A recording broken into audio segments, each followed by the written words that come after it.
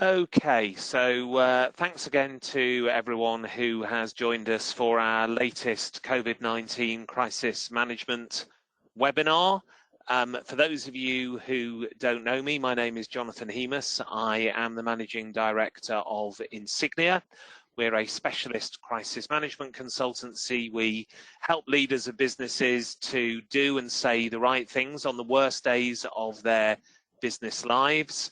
We work with clients including Cathay Pacific, Lidl, Sky, Stagecoach, DP World, and we work with those organizations around the world. And clearly, this is a crisis that the whole world is experiencing at the same time, and one which has affected pretty much every single business in the world. And I guess where we are now is, wherever we are in the world, we are beginning to come out of the very first phase of this crisis.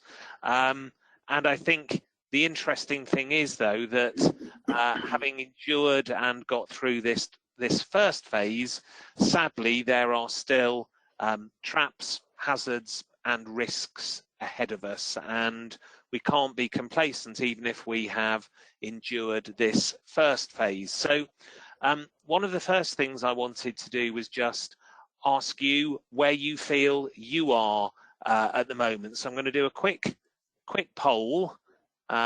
So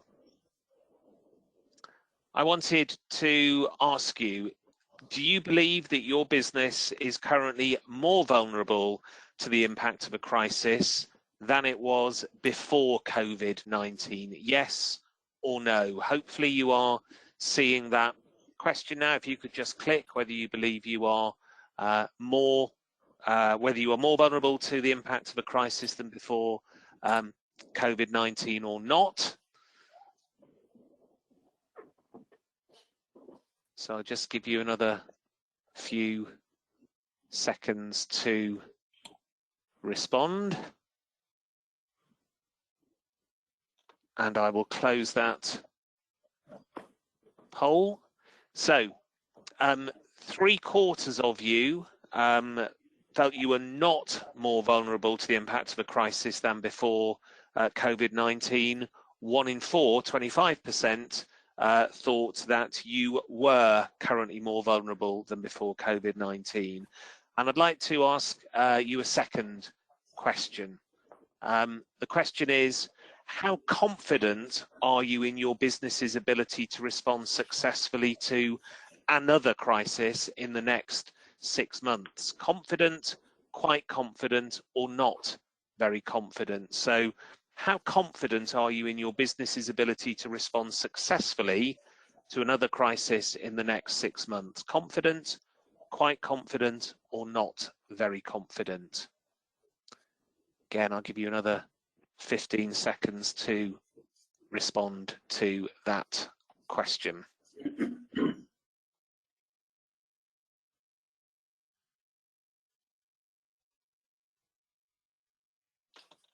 Okay, any further responses? 5, 4, 3, 2, 1.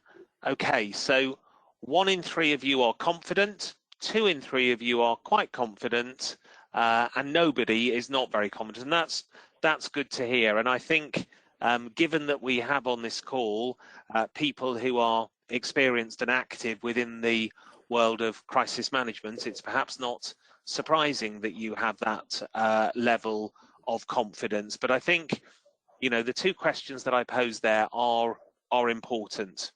There are risks and vulnerabilities ahead, and many organizations have been weakened by what's happened to them as a result of COVID-19, either from a financial point of view, the financial robustness of the business may be weakened compared with before the coronavirus. Equally, many of us are still getting used to all of the ins and outs of working virtually. So you may not still be up to 100% effectiveness and efficiency in terms of your team. So I think there are businesses out there who are currently more vulnerable than they were before COVID-19. And secondly, in terms of the question we've just asked, how confident are you in your ability to respond. Frankly, I think it's really important that you at least get to a position of that confidence, because there will be risks ahead, and if you're not geared up to respond to those risks then, and you happen to be one of those organizations that maybe isn't quite as robust as it was 6 weeks ago, the potential damage to your organization is even greater than it might have been in normal times. And again, one of the key reasons that I ask those questions for is one of the risks that is as big, if not bigger, than pre-COVID-19 is that of cybersecurity. And so I'm really pleased to be joined on this call today by Gary Hibberd from Cyberfort Group. Gary is a cyber expert and has worked within this area for many years. So Gary, thank you for joining us, and perhaps you could just talk a little bit more about your background and what you're doing now, Gary. Okay, thank you. First of all, thanks for asking me to come on and talk this afternoon.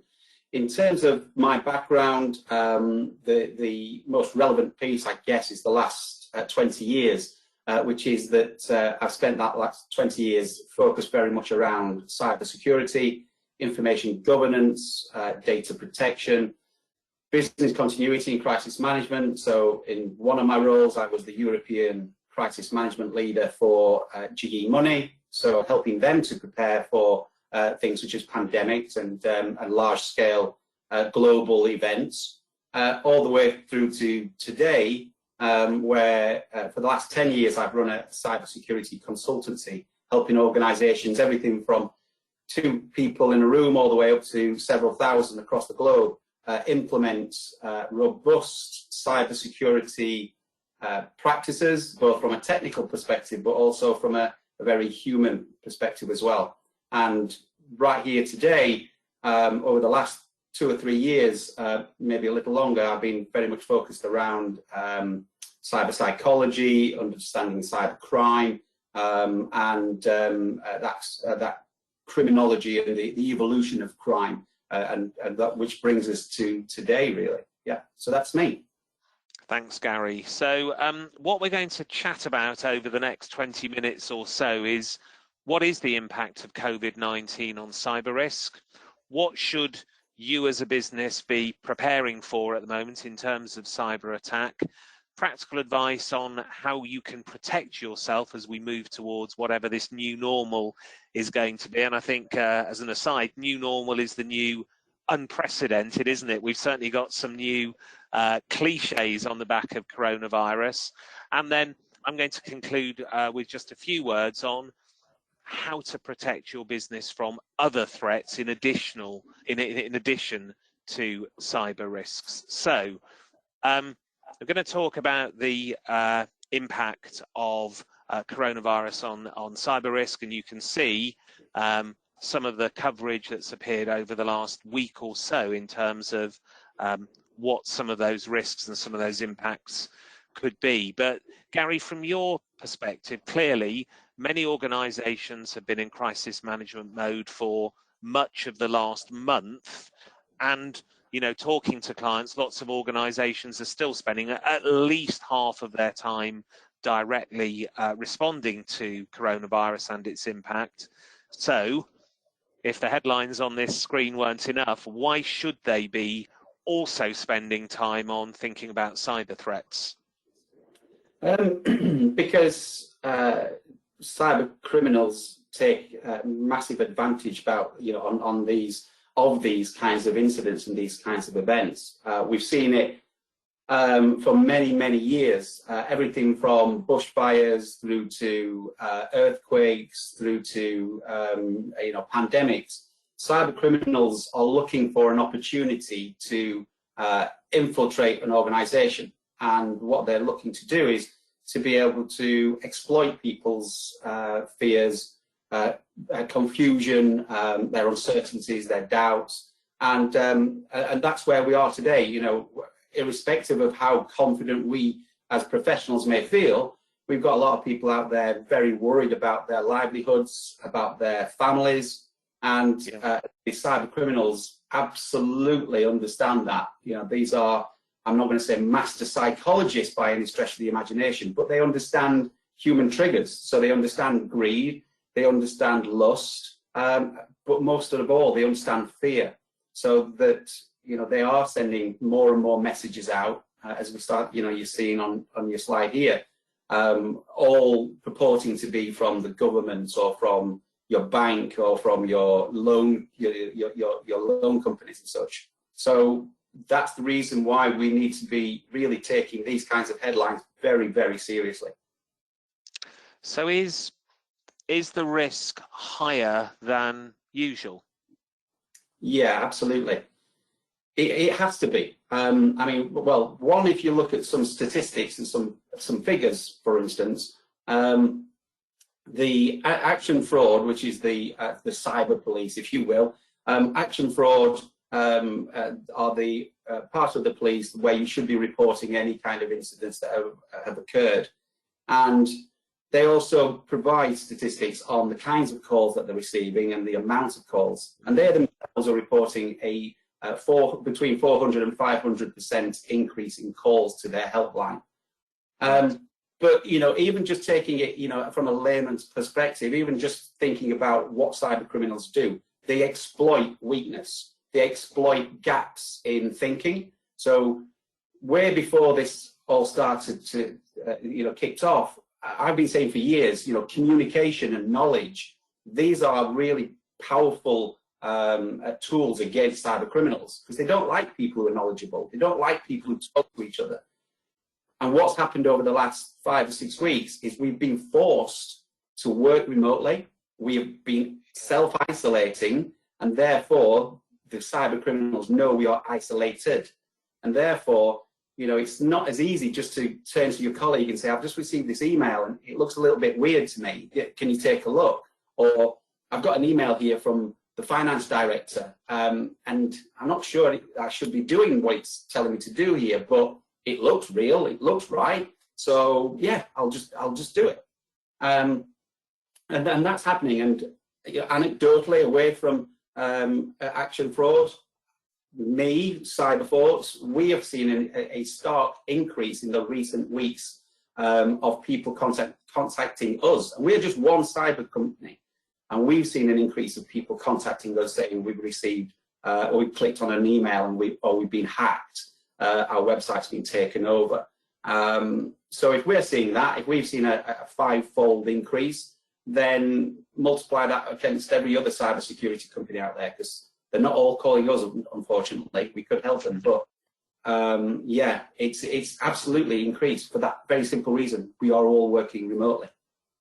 And it is, I mean, it is a risk. And when you think about risk is about likelihood and impact. And what you're very clearly saying is that likelihood at the moment is increased. And, you know, if we're right in saying there are organizations now which are in a weakened state, and I think that's pretty clear, the impact of the attack can also be that much greater.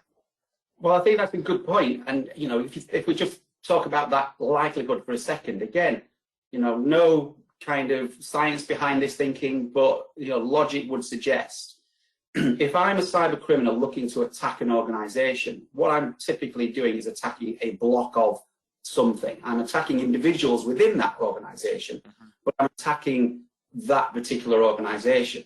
Now, if we have been forced to work remotely, therefore you no longer one big block of people all working collegiately together. If you now have 100 people now working remotely, all using different devices, perhaps not using the devices in the way that you as an organization can control, because they're no longer using the PCs in your office, no longer using the Wi-Fi, the networks in your office, or the software that you provided. You've now got 100 times the risk, the likelihood that someone is going to click on a link, or someone is going to have a weakened network or using a device that is unsecure. You multiplied your own risk by 100. If you've got 10 people, it's 10 times the risk that we were 6 weeks ago. Yeah, and these are not nice people who are going to be philanthropically minded and say, surely we couldn't heap more misery upon the misery that people are already suffering? Sadly not. It would be lovely to think the world operated that way. Jonathan, I love the fact that you think it possibly could. No, the cyber criminals are actively targeting hospitals. So, let that sink in for a moment. I did a webinar recently, and it was for charities. And it was particularly around, the idea that the ICO might be a little bit more relaxed if there was a data breach, etc., etc. And I said, look, perhaps, let's say, for instance, they would be. It's not true, by the way, but let's say for a second that they would. Cyber criminals are actively targeting charities and are actively also targeting individuals like you or I purporting to be from a charity. So, please donate to the NHS. We need your funds right now. We've all seen the sterling efforts by Captain Tom recently, or should I say Colonel Tom now. Yes. But even he has been the subject of phishing emails. So people have been receiving emails that purportedly are coming from Captain Tom, and it's not. It's coming from cyber criminals because they say, right, people are getting behind this guy. Let us use that as a vehicle for us to be able to carry out our attack. That's their very nature. That's what they do. Yeah, I mean, one of our mottos is out of crisis comes opportunity. Sadly, it's also an opportunity for the bad guys as well as the good guys. It is. And I think, and I don't say this in any kind of begrudging respect. It's no respect whatsoever meant. What I do, it is a sense of realism, and that is that criminals have simply done what everyone else has done. They've gone online. They have industrialized what they do. Why bother trying to defraud one person when you can do it to 10,000 people? You can industrialize it. Let's build tools. Let's build a help desk that allow us that once we've encrypted your hard drive because you've been hit with ransomware, that they will pop up a nice little banner that says, please phone this telephone number and we'll help you through the process of paying your ransom. They've got call centers. It's our business, and they absolutely, as you said, out of crisis comes opportunity. And they thrive on fear, uncertainty, and doubt. And I see in my role, and probably everybody else's on this call now, is to stop them in their tracks. And it can be done with knowledge and an awareness. Great. So I'm going to continue asking questions, but please, for those of you listening in, do post your questions to the chat or question box, and I will put those to Gary at the end of my list of questions. So you've started to touch on this, Gary, but what forms of attack are you seeing currently? Predominantly, it's phishing emails. And we are seeing what's called watering hole attacks, which is where websites themselves are being attacked. And those are, so a website, purporting to sell, I don't know, plumbing equipment can suddenly be overtaken, and it can, when people visit that site, they will, their own computers, if they're not suitably protected, will be infected by malicious software. So by merely visiting a website, you can become infected. Right. And what are known as watering holes. So when I speak to people and say they're very proud about their websites and we get 10,000 visitors a week or whatever, I think, well, fantastic, you are a prime target then to become a watering hole. The term is obviously, it means it's a central place that lots of people are visiting and then can be infected and then move elsewhere. So cyber criminals are absolutely using that. The direction of travel at the moment, very much though, the easiest route in to organizations is through phishing emails. And as I've already touched on, they're coming from, purportedly from charities, they're coming from the banks, they're purporting to come from the government saying, if you want, your tax rebate has been, has been successful, please click on the link below to enter your details, and etc., etc. And all of this leads to ultimately being able to extort money out of people and, or extract some money out of people, be that through telling people to change their bank details and pay monies into different accounts, or indeed, as I said, to click on an infected link, which then encrypts your entire hard drive. You are then forced to pay a ransom, and if you do pay it, you might get your information back. You probably won't. You might do, but you are dealing with criminals, so who knows? But it is in particular the kinds of attacks more often than not. It's this infected links. It's this, the phishing email attacks. So the phishing emails, the things to be particularly aware of at the moment are things directly related to what we're experiencing at the moment, whether it's a bank offering financial support or assistance or advice, or a health-related organisation or a charitable organisation.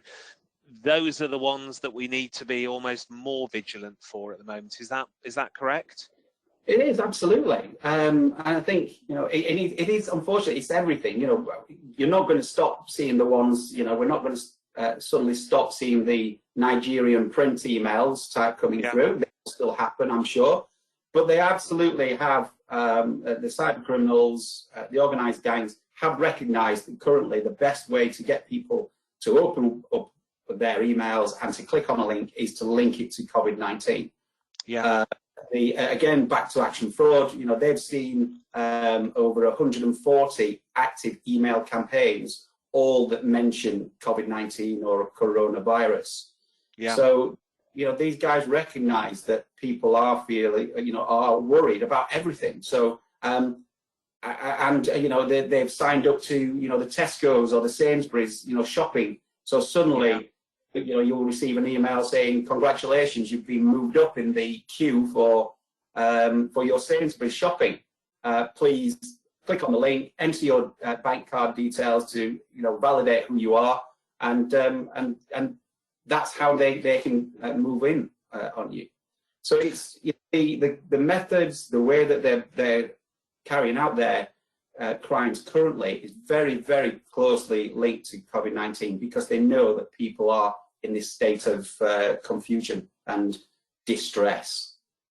Okay, so for the people on this call, if you are responsible for crisis management or involved in communication or information security within a business, what should businesses be doing to make themselves even more secure and resilient against these kind of threats right now? Well, from a cybersecurity perspective, I guess some people might expect me to talk about technical devices and things you can do. And yes, there are lots of very technical things you can do. Well, not very technical, but some technical things you can do. And I would advise that we could do that, and we may touch on it in a moment. But if there was one thing you can do right now, it is to communicate this risk to your staff. It is to talk about it and to make people aware that cyber criminals are exploiting COVID-19 to try and extract money from individuals, from the company. So to be extra vigilant. And I could sit here now and say, look out for the warning signs, the poor grammar, the bad spelling and such. And I would say, yes, do that, but don't just simply take it on merit that in the past, these guys have got their English grammar not as good as it should be, and their spelling's not great. They are improving, and they have improved. And there are even psychological reasons why sometimes they put poor spelling and bad grammar into their emails, because they're trying to wheedle out some of the noise. They don't want 1 million people to contact them. They just want that 1,000 people who didn't spot all those poor spellings or that bad grammar. So there are reasons behind some of the bad grammar. I mean, we all joke about the Nigerian Prince email and how badly written it is, but there's a reason behind it. It's absolutely psychologically targeted, not to hit the 6 million people it goes to. It's the 1% that simply go, I didn't spot that, I didn't know, this looks great, let's do this. So if there's one piece of advice I would give everyone on this call now, especially to anyone in communications, is now is not the time for sitting back. You have to go to your teams, communicate with them, explain to them about these risks, explain to them the importance of alerting whoever it might be in your organization that there is a problem. Creating that culture of communication and trust, I think, is absolutely paramount, because whilst we are isolated, it doesn't mean that we have to be remote. What are the technical and almost psychological implications of people working from home in terms of, you know, an individual worker's vulnerability to cyber threats? That's a really great question. In terms of the psychological issues, when we talk, again, this is going back many years, we've looked at this particular topic. When we talk about having people having a data breach, or you know, there is a data breach involving individuals, it tends to be because of that person is under some form of stress. So when you look behind a major data breach, or someone's clicked on a link, or they've done something, it tends to be because that person was in a state of distress. They may have been tired because they've been overworking. They may feel, you know, fearful for whatever reason, you know, fearful for their job. If, you know, they click on a link and then it's like, oh my God, I don't want to tell anyone about this. So the psychological aspects of working remote means that, you know, people are perhaps less likely to come forward if there is a breach. Yeah. Also, because people are working remotely right now, and because people are worried about their livelihoods and about the company that they work for, and their colleagues and their loved ones, they are absolutely, you know, sitting down at their desks or their tables with a computer in a state of distress already, Yes. or Yes. before they received an email.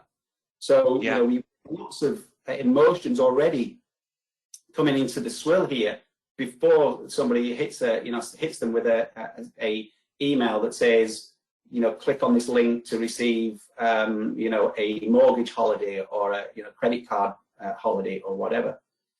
So the psychological aspects of being remote are quite big, yeah. Yeah, interesting. So again, technologically and psychologically, you are more at risk. And I guess one of the things that we talk about in normal times when it comes to crisis prevention is creating psychological safety and also creating a crisis-resistant culture. And in order to create a crisis-resistant culture, you have to have people who are encouraged and certainly not punished or blamed for flagging up when there is a problem. So I think, you know, Gary's absolutely right in terms of communicating to people what the risk is and, you know, what they should be looking for and how they can prevent themselves from falling prey to it, but make sure within that message it is clear that if you make a mistake, if you click on the wrong thing, let us know as quickly as possible. Because again, I think, I'm interested in your view on this, Gary, but I think almost working from home, although logically it doesn't make sense, you almost feel hidden or removed from the business. So you know you've clicked on a link you shouldn't have done, but you feel somehow because you're at a distance, either literally you're not going to get found out, or, you know, you can kind of hide under your kitchen table and no one's going to get to you. So do you think that's right, that people feel, say, kind of safer? Yeah, again, 100%. You know, people are working remotely. You know, and going back to the technology side of things, you know, people working remotely perhaps on devices that weren't intended to be used for the office. Certainly their home route probably never intended to be used for the office, and they're using technology like Zoom or some other form of video conferencing tool that perhaps the company didn't expect them to be using. And as you rightly said, you know, people, if a person clicks on a link, if there isn't that level of trust there that says, actually, I know I shouldn't have done that, oh my word, I've just done something which is potentially going to land us in hot water, and it becomes that us bit, not land me in hot water, but us, then they need to know who it is that they need to communicate to. So, you know, if you have done any kind of crisis management awareness training in the last 3 or 4 months, then great. But now is the time to remind people, again, of the level of risk, talk about, you know, in the event of doing something which potentially looks like you may have caused a problem, then ring this person, speak to this person, make sure people understand who that central individual is, or that central team is that they can speak to, and be very overt by saying, look, we're not going to, you're not going to be held, to book on this. We're not going to blame you for this. We want to thank you for alerting us as quickly as possible so that we can take action. And I think don't make that implied, make that explicit. Be very bold and very honest and say, guys, look, the chances of someone clicking on a link now is higher than it ever was. We understand that you are under immense pressure, and we're going to come together as a team. But if you do something, or you see something, or you suspect something, then we would want you to raise your hand and tell us about it. And I would absolutely go on, carry on, Gary. I was just going to say, and this is a repeating message. There's nobody on this this webinar, I'm sure, who hasn't already sat and heard about phishing and about the need to tell people, and and if it looks too good to be true, it probably is. And if someone asks you to change your bank details to pay this person, you're going to say, "Oh, that looks a bit suspicious. I better go and check." But you know what? Let's not leave anything to chance. Let's do it again. Let's remind people right here and right now, because the risks and the opportunities are too high for the bad guys to get in. So we just need to rally our teams around us. Yeah, I was just going to say, throughout this situation, we've been talking a lot about the importance of internal communication, and I think it's quite unusual in that, often when an organization is the sole victim of a crisis, they are the ones in the spotlight. They often think a lot about external stakeholders and communicating with them, and the importance of getting the right messages to the media. In this situation, the whole coronavirus pandemic throughout it, for most organizations, internal communication has been by far the top priority, because your employees are amongst the most impacted people in this situation, and they are also, worried, anxious, both for their jobs and for their health.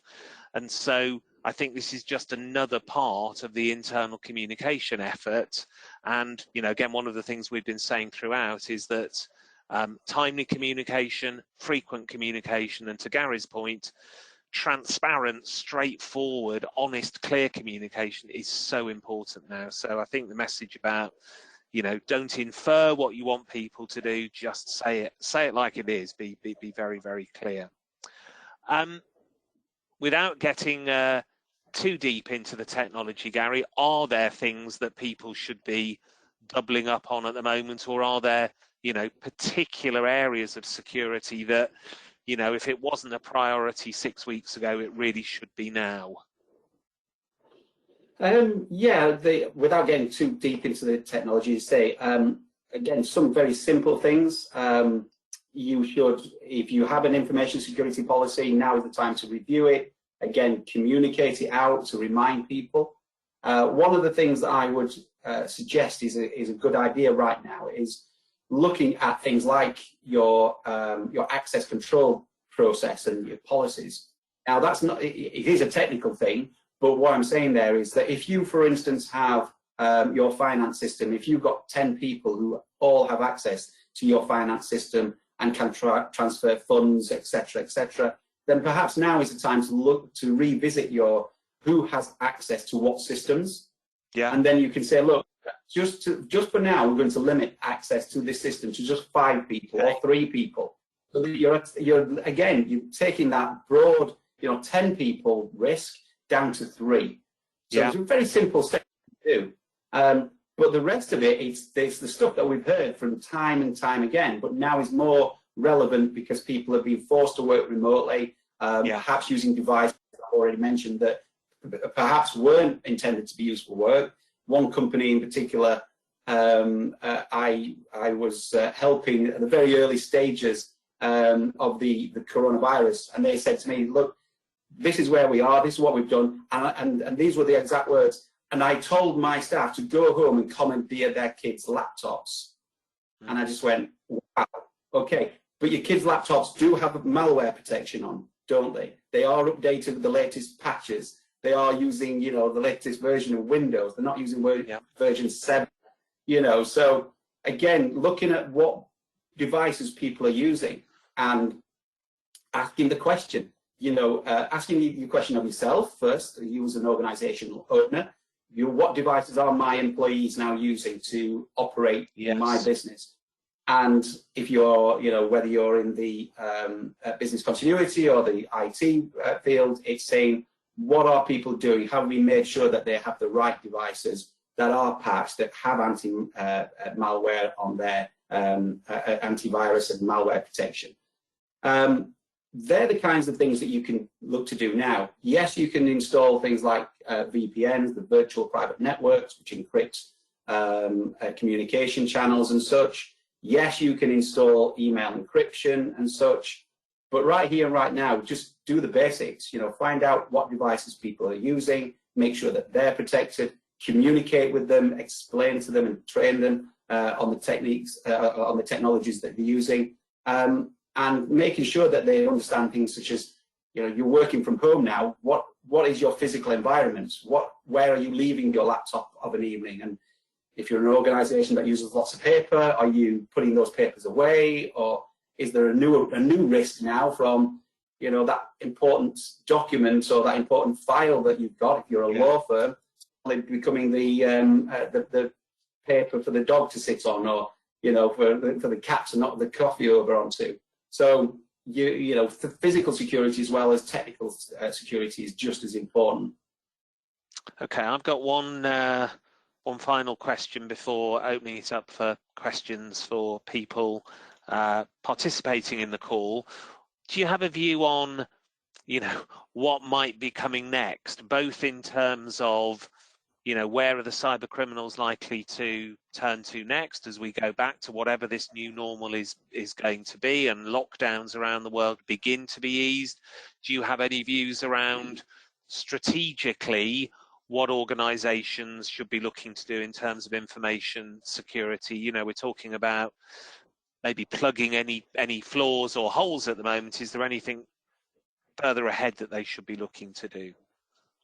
It's a fairly big question. So using the ball for a second, what do I see in terms of the cyber criminals? I see more of the same. So cyber criminals themselves will continue to exploit this crisis until such time that whatever the new norm is becomes becomes into fruition. So cyber criminals will just continue. From a strategic point of view, I think organizations now need to be thinking about, as you just kind of alluded to there, what does that phased recovery look like? What does your exit strategy look like now? So if Boris does, you know, in a few days' time, in a couple of weeks' time, say, right, okay, guys, easement is going to happen like this, we're going to be back to business as usual in 1 month. Well, we're all hoping for that sooner rather than later. But have you really started to think about that exit strategy for yourself? And that reintroduction of people back into your organization and the mental issues associated to that has to be brought in. So again, I think this is the time when HR and the people of an organization really are going to come to their fore, because the mental health and stress that people are going to be under when they come back to the workplace is going to be considerable.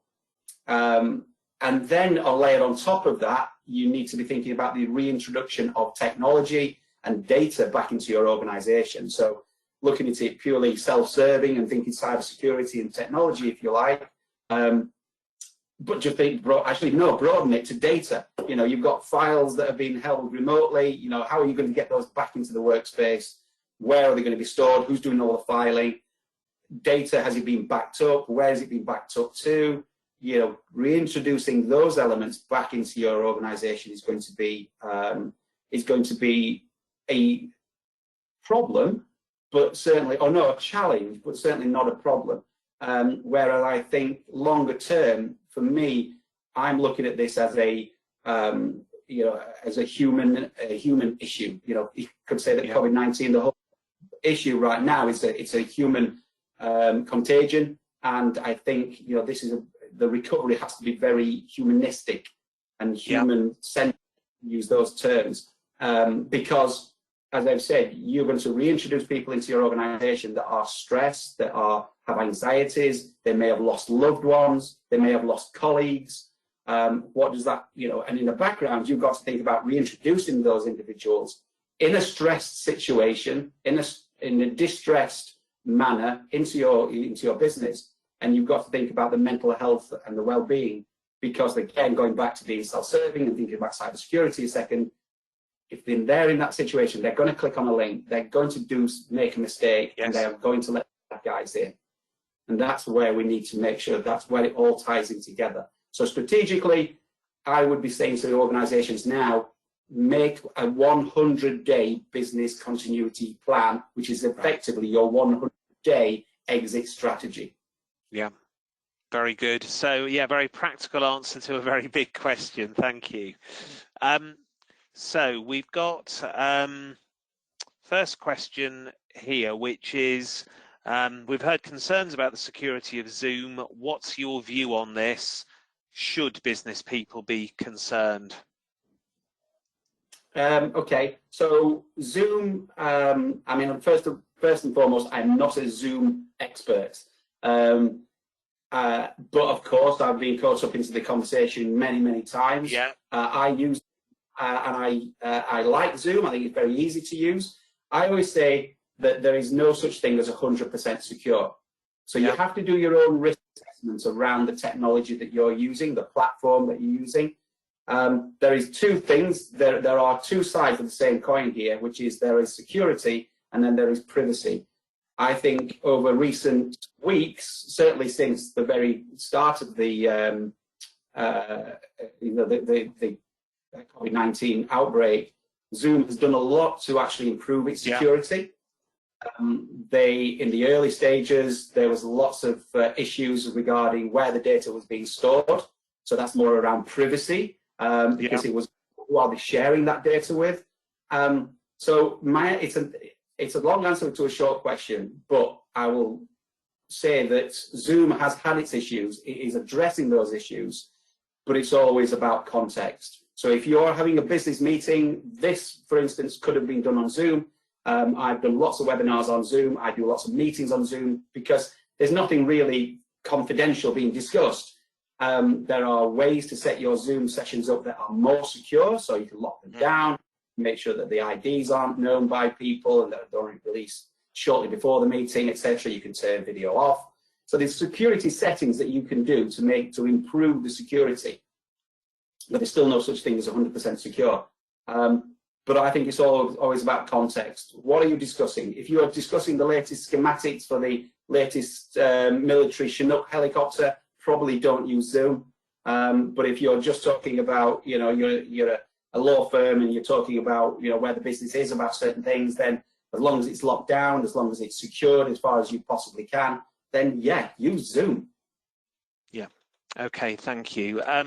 Enrique is asking, and I suspect it may be tongue-in-cheek, but Enrique is asking, what's to stop a cyber criminal taking on board your advice that you've given and kind of turning it to their advantage?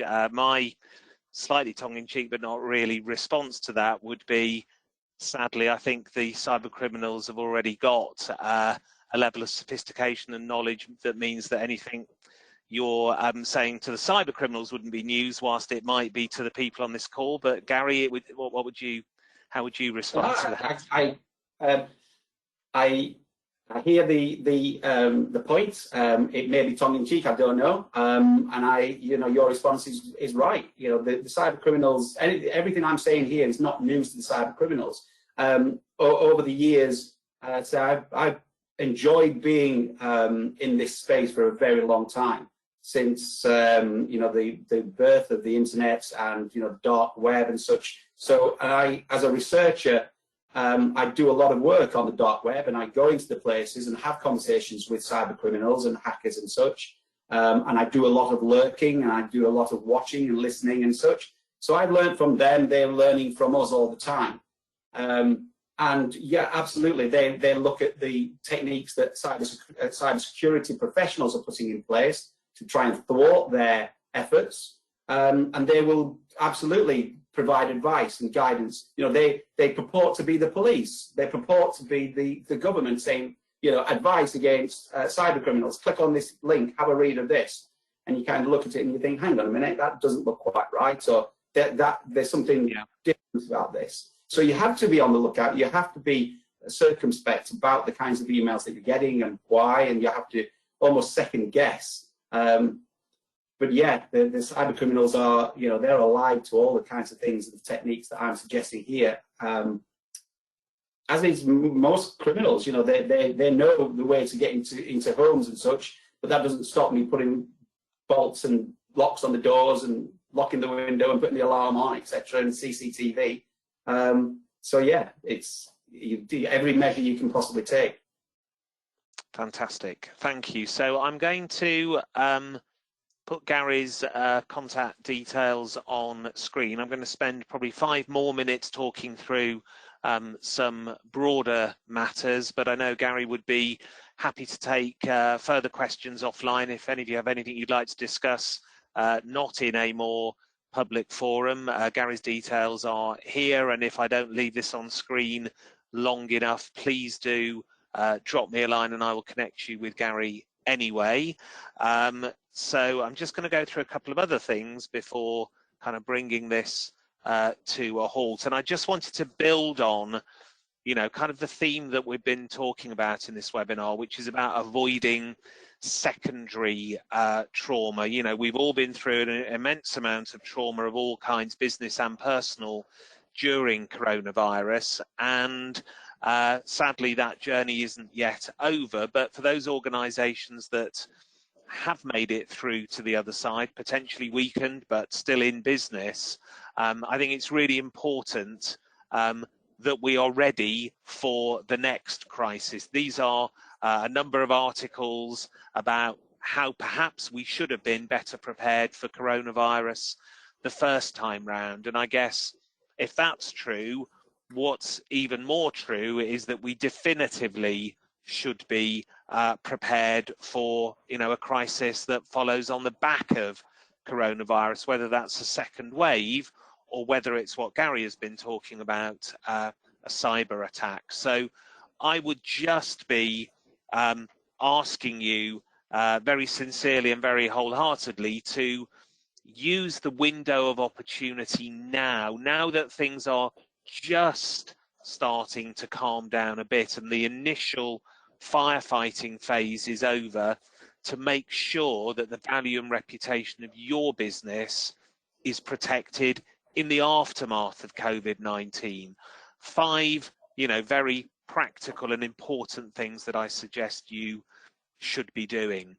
1, do take time in May, we're on, what is it, the 1st of May today, in May, to assess the lessons learned from this initial round of the crisis.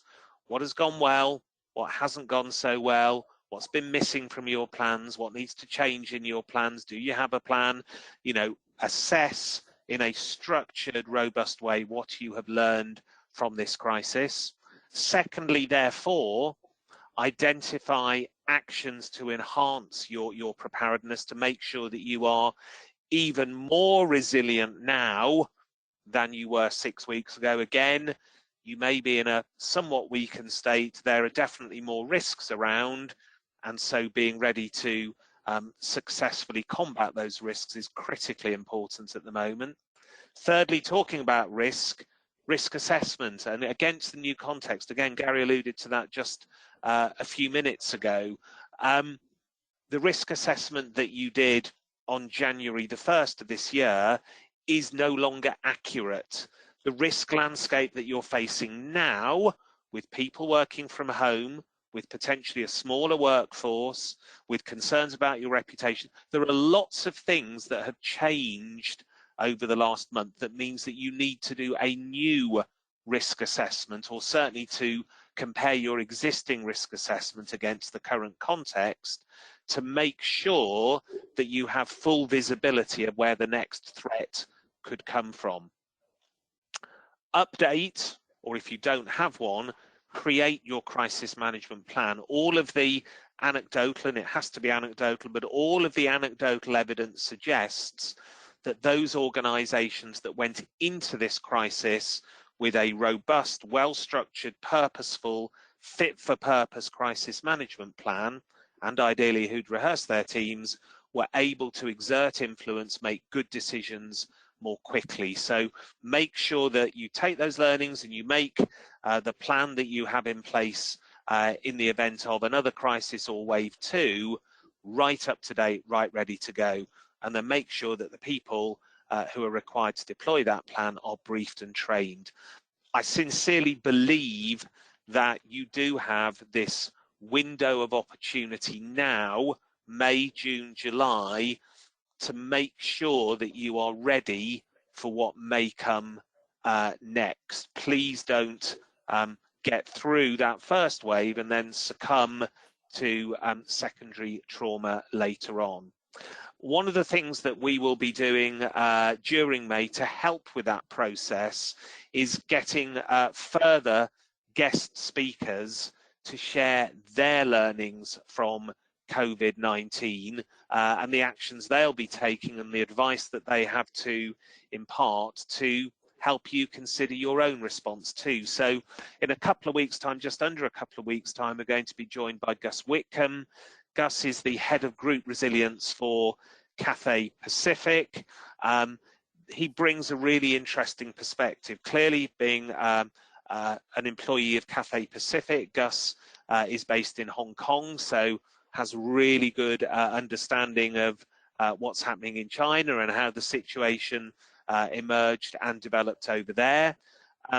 Secondly, Gus has phenomenal crisis management experience. He was the #2 on American Airlines crisis management team on 9/11, and clearly has been grappling with not just coronavirus, but a number of issues and crises in Hong Kong over the last few months. And finally, is just a really interesting speaker and a very wise person in terms of developing crisis preparedness.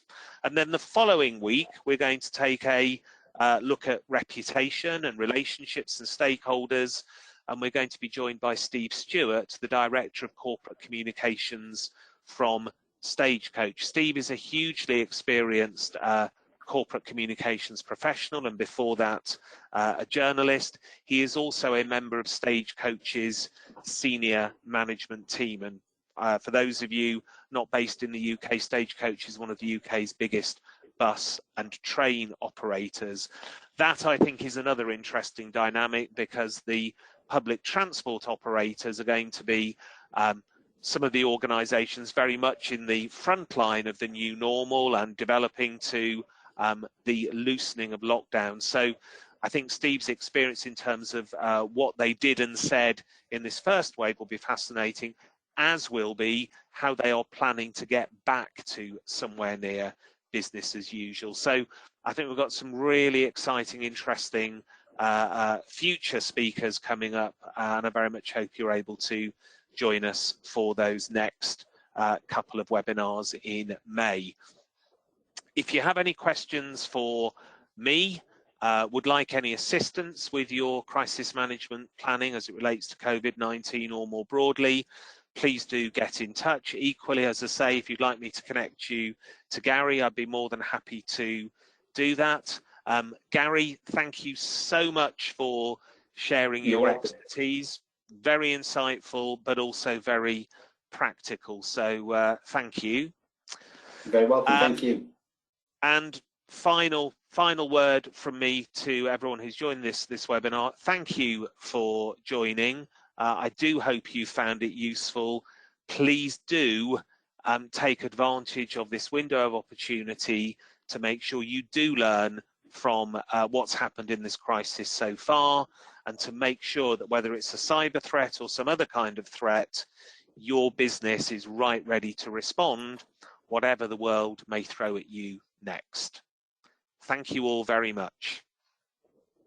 Thank you.